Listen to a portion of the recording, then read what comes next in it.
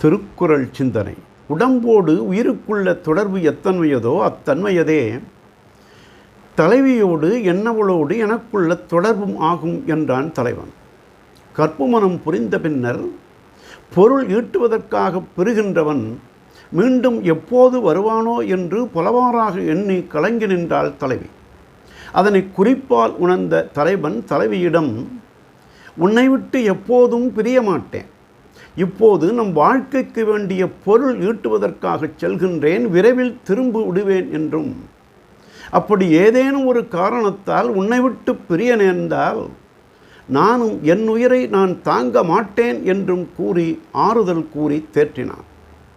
அப்போதும் தலைவியின் கண்களில் நீர் ததும்பவும், கலங்காதே கண்ணே, உடலும் உயிரும் போல, மலரும் மனமும் போல, தேனும் சுவையும் போல நானும் நீயும் காதல் நட்போடு கலந்து வாழ்வது உனக்கு தெரியாததா? அவ்வாறு இருக்க நீ அஞ்சுதல் வேண்டாம் என்று கூறி அவளது அச்சம் தவிர்த்து அவளை இசைய வைத்து அகன்றான் என்று தெய்வப்புலவர் காதற் சிறப்புரைத்தல் அதிகாரத்தில் உடம்பொடு உயிரிடை என்ன மற்றன்ன மடந்தையொடு எம்மிடை நட்பு என்றார். நாளையும் சிந்திப்போம்.